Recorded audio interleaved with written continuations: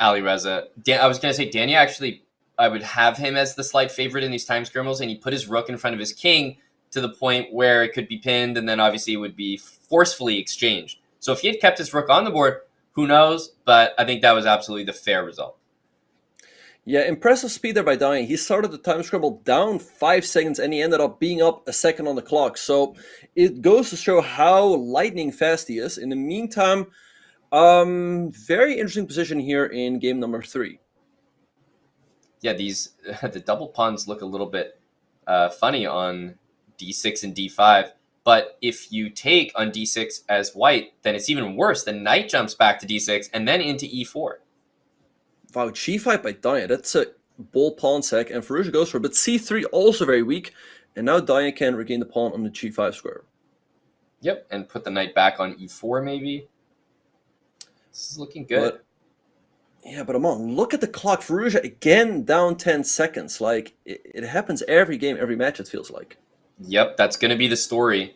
I mean, I don't think we're getting away from that. The position also looks so comfortable for Danya as well. Yeah, very nasty endgame here. It's very hard for white to move h5. Yep, like, what do you play here? Maybe d4 at the right moment, who knows? Mm-hmm. All right, now this third rank is going to collapse. Maybe h4 there. Oh, can you? No. This should be a win, especially given the time. Yeah, the e-pawn just goes, and white is not in time to capture the a-pawn, I think. Yeah, king d3. No, this is going to be an easy win for Danya. I mean, I think even myself, with my speed, could finish this off. Well, now we understand. It must be an easy win then. Yep, for sure. All right, they're off to the next game. Danya already up by 2, and he already has a very slight lead on the clock. Mm-hmm. Quick starts in this format. Those bullet games go so quick that you blink and you're down 3. And Danya, again, having a big lead on the clock. I really like his position here. It feels like very easy to play. Rook f3, rook h3 perhaps. Although, I really like what Fuja did, planting the knight on e4. Mm-hmm. Yeah, the knight on e4 really did work for Naroditsky in the previous game. It looks fantastic again here for black. I might actually consider taking it now that the pawn has to recapture, though. Maybe take on e4 here or just recapture on e3. Danya had a bigger lead on the clock, but still up a few seconds. Yeah, bishop back to d3 maybe. Wow, apparently b4 was the move there, but super difficult to find. Is knight takes e5 a move? And then I guess at least you have a draw, right? Or you can take the bishop maybe on d3 with queen f3, queen e3. Wow, that's a good tactic. Is he going to go for it? Yes, he is. Wants to play on. Queen g6. Oh, and Danya hung his queen. No, okay, of course. There was a back rank checkmate. He's still better in this endgame. Oh, bad pre-move. Yeah, that's a big pawn to throw, but I think he should still get at least a draw out of this. Although, what do you think, Aman? You have more experience with these time scrambles. Well, the thing is, I just think that Naroditsky is a better scrambler, because if we're being objective, yeah, he should be fine, but I do think he's just better at it. It is a skill. He is so fast, and he is already winning on the board here. Wow, but Fuja, no, wow, that's a nice rook maneuver, and he gets the queen. Okay, Danya's going to be up by 3. Yeah, amazing. Wow, and it really is a 3-game lead already. And Fuja is one of the best bullet players in the world. It just goes to show when two of the best play, it's not always... Wait, what's going on? Danya is now moving. He's down 10 seconds. But yeah, I remember I played quite a bit of Blitz against Danya, and I remember flagging him once, and it felt really good. I think this was, by the way, once again, a fair play pause here. I don't think this was a connectivity issue or anything. But again, as soon as the players, yeah, they have the same opening here on the board. Appears defense. Danya really likes to fianchetto his bishop, especially in bullet. I feel like especially against in the King Zinian defense, but he also likes the Peerts. Mm-hmm. Yeah, he plays these systems with the fianchetto really, really well. They're active positions, and the way that he sacked that knight. Oh man! I think his second camera went out, But Danya is so fast. He adjusted, get back at the board, and he's already up on time. He's up on time. Yeah. He's so fast, our Danya.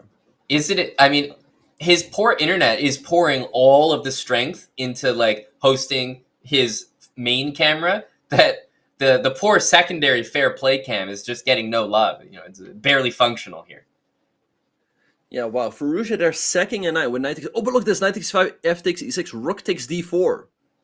Great stuff by Danya. And Wow. Queen takes b6 now to trade everything off, and bishop d4. Wow. That was a sick tactic.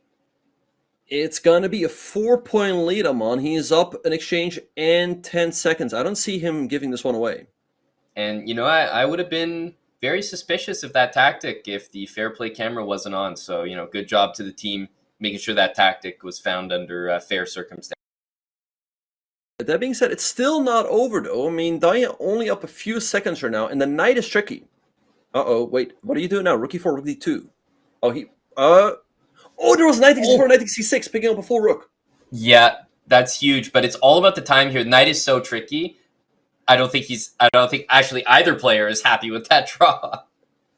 Yeah, I think Danya at the end there was not unhappy with it, but Fuja definitely a little bit annoyed. He was like, is that already a 3-fold repetition? Apparently it is, and it remains a 3-point lead for Danya. Mm-hmm. Yeah, 20 minutes here. Definitely still lots of time, but if I'm not mistaken, Alireza still hasn't claimed that first win, and it's such a big deal in a match that you feel is getting away from you to just get that point on the board, and it's not the same as drawing a game. So he'll need to get a good win to get his confidence up. Yeah, no, definitely. Yeah, that win can definitely give him the confidence. Like, hey, my opponent can also make mistakes. I can actually beat him. This looks like a great game for Fuja to win. He's up a pawn, up on time, and he's got. Oh, he's not up a pawn, but he has the bishop pair. Yeah, that's pretty much like being up a pawn.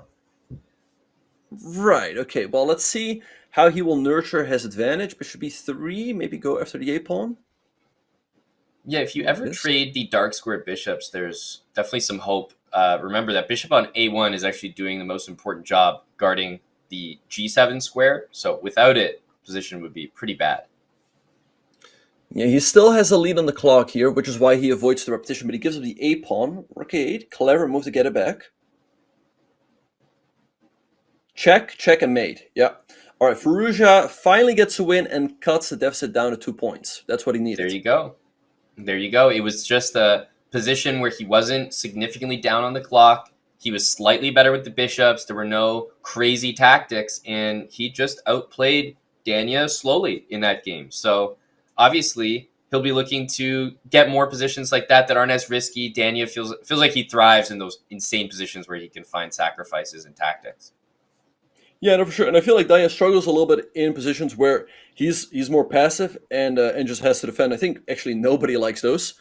So yeah, let's see if Fuja can get more of this. I like his position right here, c4, opening up the queen side. Mm-hmm.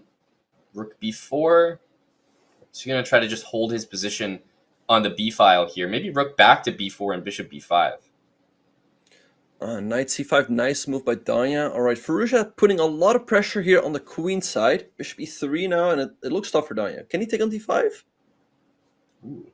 Knight takes e5. Yeah, this is pretty good for white here. Now, the only issue is that black's pieces are starting to activate all with tempo, and although you're up a pawn, it doesn't feel that good, does it? No, rook e2, keeping the rooks on the board. All right, so rook e4 now, and at least he can get a rook in game up a pawn. Yep. He wants bishop takes a4. So, Amon, we've had this endgame quite a... rook d7 was missed. Winning the whole rook was missed. Bishop f5 perhaps a little bit slow. He's blocking the rook, but the bishop is now stopping the h-pawn. I feel like he's doing this too slow. Push the pawn! Yeah, nobody's pushing their pawns here. Bishop f5. Okay, he should win this one. Take on a2, and this should be enough. This has been fantastic. Danya's gonna hang his rook. Just wait for it. He's gonna hang his rook somehow. He's gonna try some dirt, but I don't think it's... He's gonna do the Rosen trap. Just wait. He's gonna try it. but Fuja gets the win. That's why he moved the king. He put the rook in c2 on purpose and the king on b1 on purpose as well. Yep, very tricky stuff. Even the last moments, he was still actively fighting for a half point there. That wasn't just him playing on for no reason. Mm-hmm. All right, so Fuja only down a point here. It seems like he's really found his footing in this match. In the meantime, we're trying to pull up the next game. But yeah, I think if Fuja brings his A game, he definitely has a chance against Dai. Oh, here we have it. Okay, here we go. Looking at this one, this looks absolutely terrible. And if I'm looking at the last couple games, it feels like what Fuja has done. Not only has he made a significant comeback, but he's done so on the board. That's been where he's found success. So Dania still has that speed to his advantage, but it's been the slow, methodical positions that Fuja is just getting those outplays. Yeah, nice position here though for Dania. Rook d1 perhaps a little bit passive, but a6 is terribly weak. He can also take on c5 now. But Aman, I wanted to ask you, who do you think is the faster time scrambler? Is it Dania or Fuja? I think it's Dania. And obviously, when you say that someone's fast, I think it's unfair to only be talking about speed because anybody could play fast, bad moves. So you're kind of building in the fact that you're discussing accuracy a little bit as well. I think it's Dania. We've seen it a few times so far. Yeah, Fuja up a piece here and a couple seconds. He has to win this game, and I think he is going to do it. Dania's up a piece. No, Fuja. Fuja's playing with... Wait, no. And just a comment saying Fuja has the black pieces. So Dania's up the piece. It said Fuja just won. I don't know.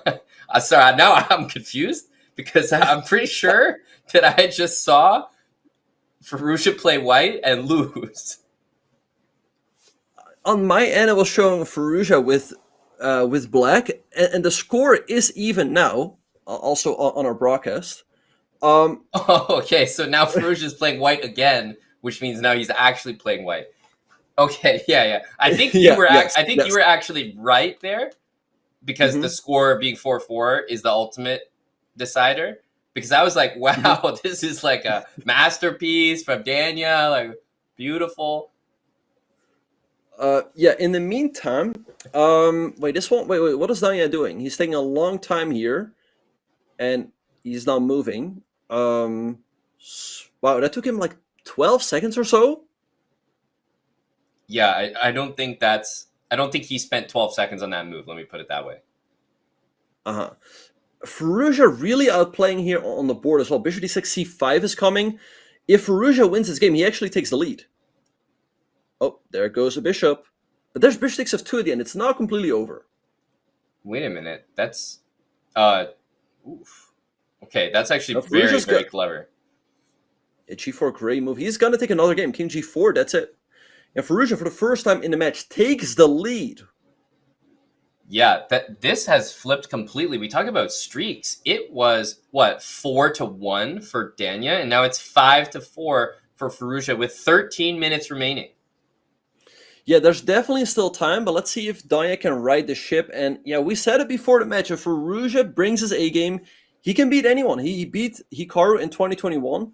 So it seems like he's doing a great job here, and I also like his position in this game. Yeah, knight b4 is a extremely powerful move. If you just play knight takes a2, I guess he's going to play d5 at the end, taking d5. Yeah, 100%. And there we have d5 on the board. Looked natural to me, but the computer doesn't like it because the bishop is actually just pinned. You just castle out of it. Oh, castling, yeah. How could I miss that obvious move? Fuja saw it. Very nice, though. That's very classy. Yeah, I don't like the fact that Dania is keeping his bishop pinned. I thought he was going to play king b1. Rook f7, nice defensive move by Fuja to defend the g7 pawn. Mm-hmm.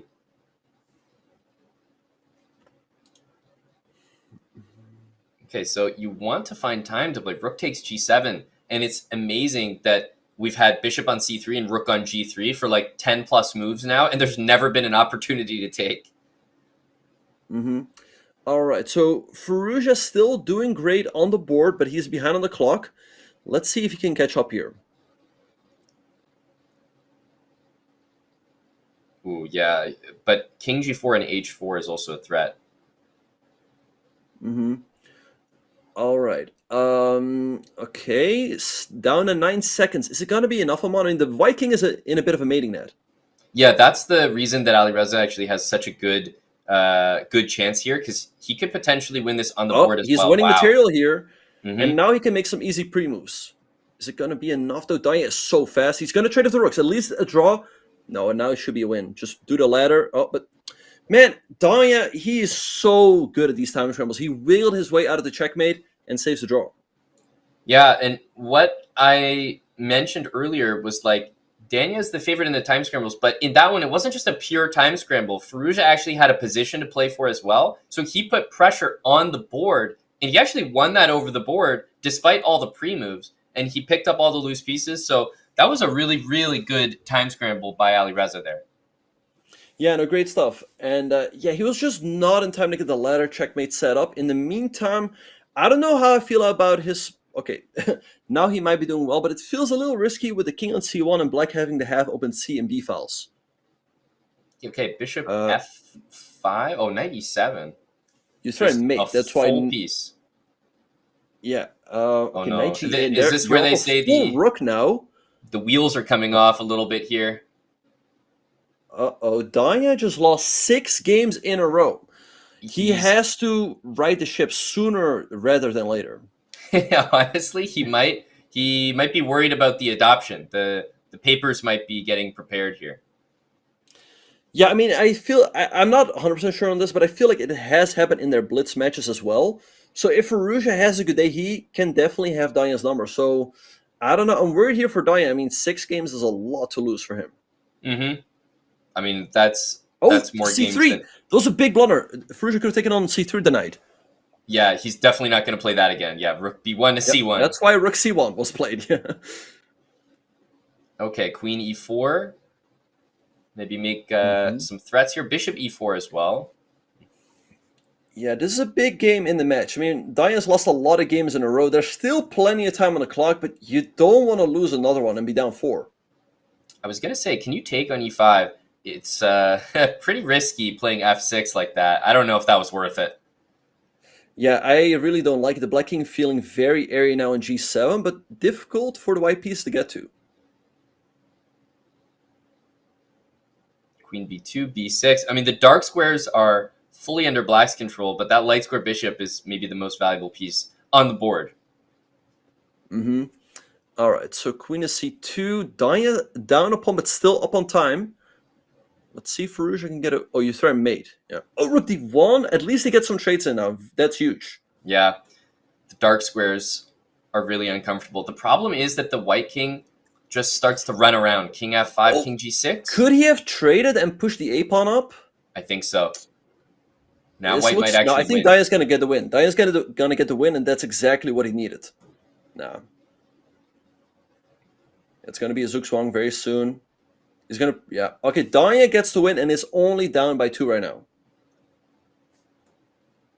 7-5 with 8 minutes left. It looked like for a moment there he just Fuja just didn't move, and I couldn't really tell if he was like if the position was just that brutal for him, because it was losing, but I couldn't really tell.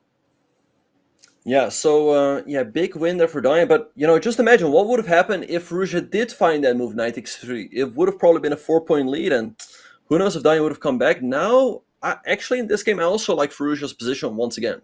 Mm-hmm. Yeah, f4. Mm-hmm. Oh, I just wanted to say, man, we called it before the match. Like, if Fuja wants to have a chance, he needs to get good positions out of the opening. I feel like that's where he has his biggest edge, and that's what he's doing right now.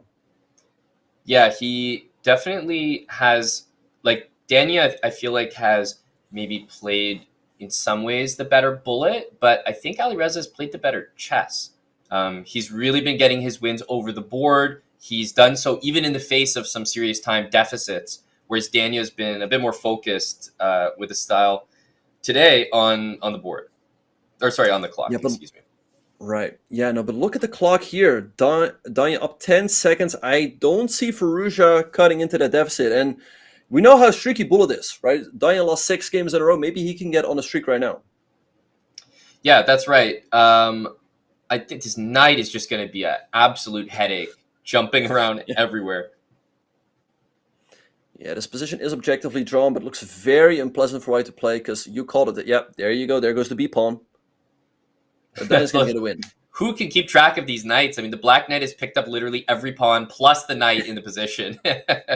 Alireza is going to sneak a sip of water in there with 6 minutes remaining and Danya mounting the comeback. Mm-hmm. Now, I think a very clever decision there by Fuja to just take a second there to reset for the next game.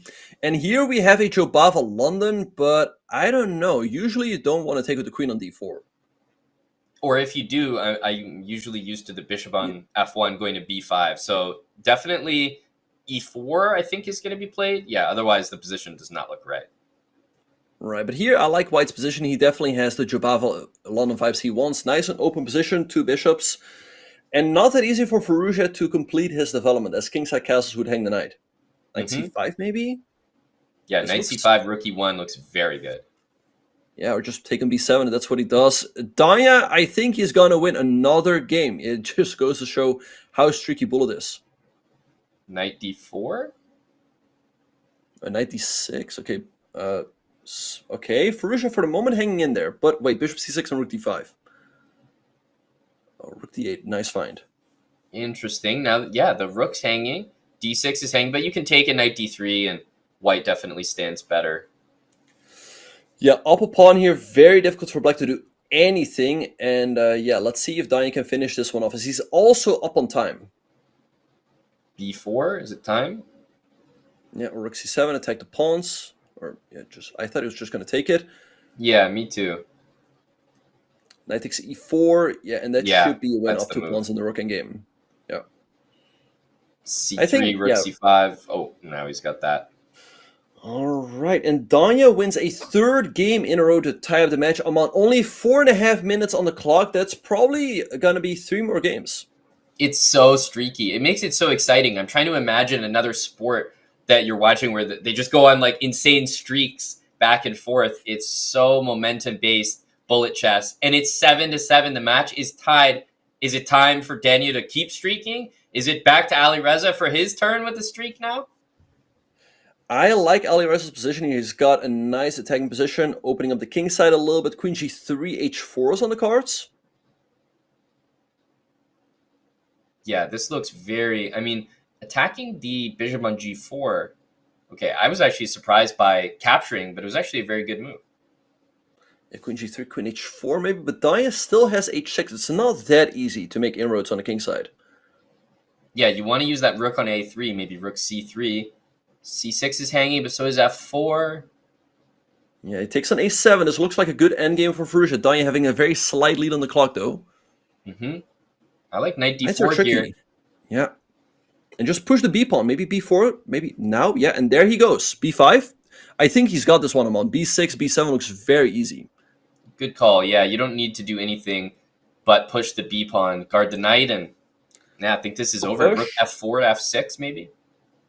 The bishop on f7 is completely dead. b6, b7. Yeah, and Fuja wins. That's a huge win for his confidence as he takes the lead again.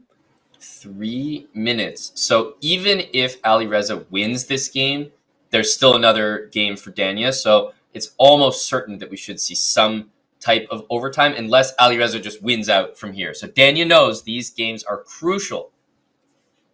Yeah, and I like Danya's position here out of the opening. He's got some pressure on the pawn on b5, which is why Fuja just gives it up. Can you take on b4, or is there some tactic? Or rook a... Wait, what? Maybe rook a4, and then take on b2, rook e2, queen b6, knight e6. I think something like that. This position is looking rough for Fuja. Maybe just b5, knight c6? Yeah, looks very unpleasant. Also, Danya up 10 seconds on the clock, but there goes the e-pawn, or rook takes... No, rook takes c7, knight takes c3? Yeah, rook b8, knight a4. This works out for black. Yeah, knight c6, nice move though. All right, Danya definitely having the advantage here in the end game. Wow. Not sure about that though. Yeah, now the opposite bishops are actually not that favorable. Oh, that pawn is scary. Right, but knight d5, he gets rid of it, and Fuja now ahead on the board and on the clock. Rook a8, bishop d5, but still, I think he's going to get another win.